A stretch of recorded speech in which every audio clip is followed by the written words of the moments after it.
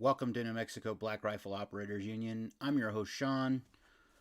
Today, from The Truth About Guns, again, this has been where I first saw it was actually on Twitter, and then on one of Coleon Noir's videos. A Canadian Prime Minister announces national handgun freeze, or so he thinks. So, The Truth About Guns, John Bach, he's right. I mean, it's not going to do what. Let's start from the beginning before I get too jazzed up. So what, as you can tell, I'm very passionate about the 2A. So what this is you are not allowed to own a handgun anymore in Canada. That's pretty much how I've read everything about this. This was in play, I guess you could say planning, since the trucker protest.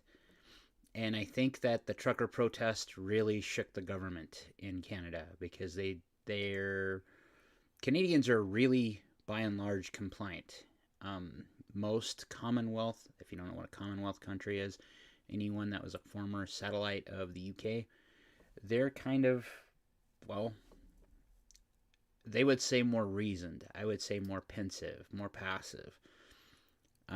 For them to react like they did during the trucker protest, it shook their core to its beginning. So, of course, as Trudeau is one of those guys that is an outright leftist, a Marxist, and a rumored person that he's supposed to be, could be Fidel Castro's son, don't matter.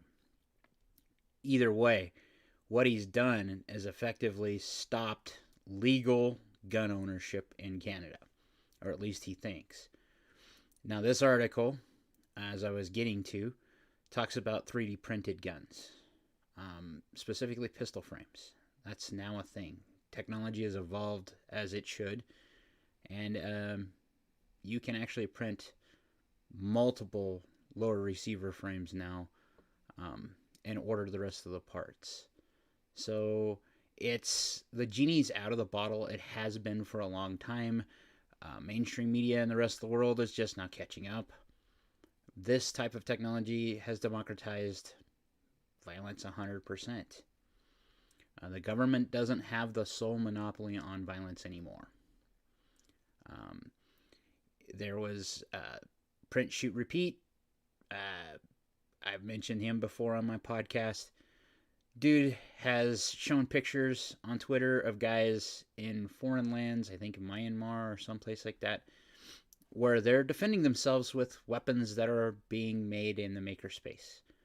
So, again, I have a feeling that the longer we keep fighting over the bans that they're wanting to push, and our normalcy bias, especially the boomer bias, is that this can't happen to us. They won't take away all of our guns. There's too many of them.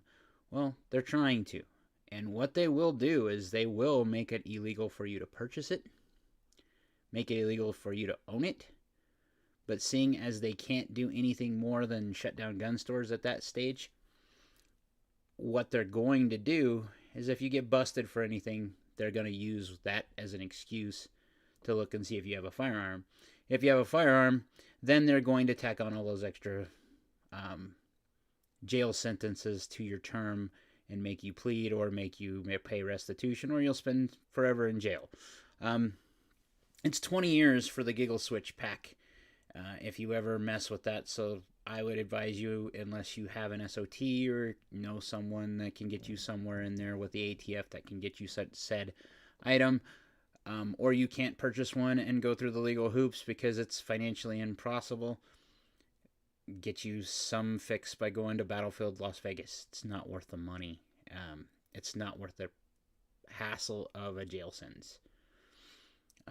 Yeah, I know there's that compliance. I will not comply. As far as everyone knows, that's my stance. Free men don't ask permission.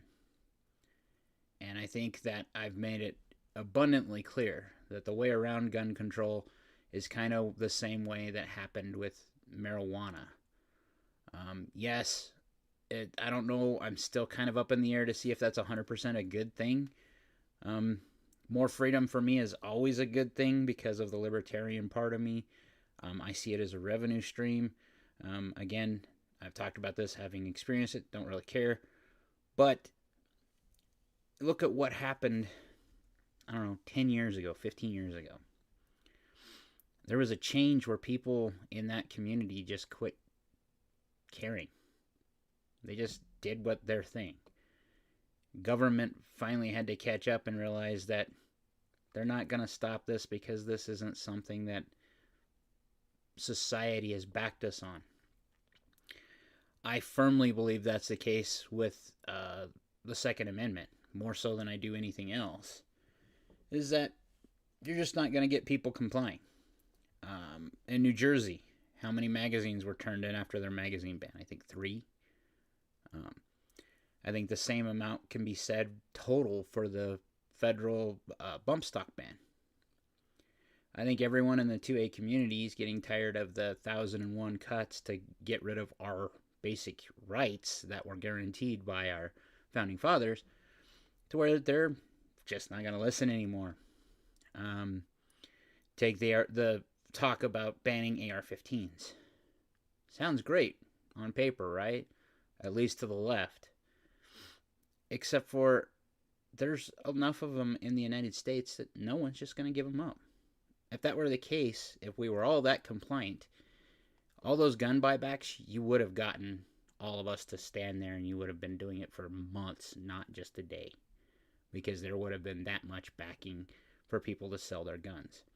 Instead, what you get are criminals and idiots that don't know what they have, or people gaming the system because you're an idiot and they found a way to get paid to make something for very marginal cost to get you to pay a hell of a lot more than what it's actually worth. I'm all for it because it makes the government look stupid, because that's what this is. But for all Americans that say it can't happen here, this is just north of us, guys. These are our buddies. I mean, we give all kinds of crap to Canadians in the United States. Be honest, they're like our doofy little brother that lives above us, and has the top bunk. They're cool. We try to keep them safe, but sometimes they got to do something stupid before they figure it out themselves. And I think that's where we're at. I don't understand the Canadian compliance thing. I don't understand the Commonwealth compliance thing. Coming that we're all from Western society, wouldn't it make sense that we'd all agree that, freedom of speech, freedom of assembly, the right to defend yourself are kind of universal maxims? So I don't understand how there's going to be a ton of compliance. I know there wouldn't be in the United States. There probably will be a huge bit of it in Canada. Canadians tend to comply, like I said. Otherwise, they wouldn't be so successful with even their taxes. If you look at Canada right now, buying a liter of gasoline, because they sell it as a liter, I can't imagine it's very pleasant, because a gallon of gasoline in the United States is $4. What would it be in for a liter? So there's like 3.3 or something like that liters in a gallon. They're probably charging them $1.50, $2 a liter. That sucks. I mean, could you imagine paying double or triple to fill your gas tank? So it's no surprise to me.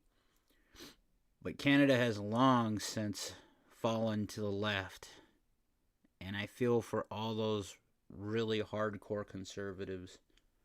And I say hardcore, they're not our hardcore. They're traditional liberal people. Most Canadians that I've ever dealt with just want to be left alone. They want the government out of their business. They just want to do their thing. But they'll comply because they're law-abiding. And we all are. And until we are willing to break societal bonds and tell them to roll it in a cone, we're going to continue to be law-abiding. Rumble, share, subscribe, be great.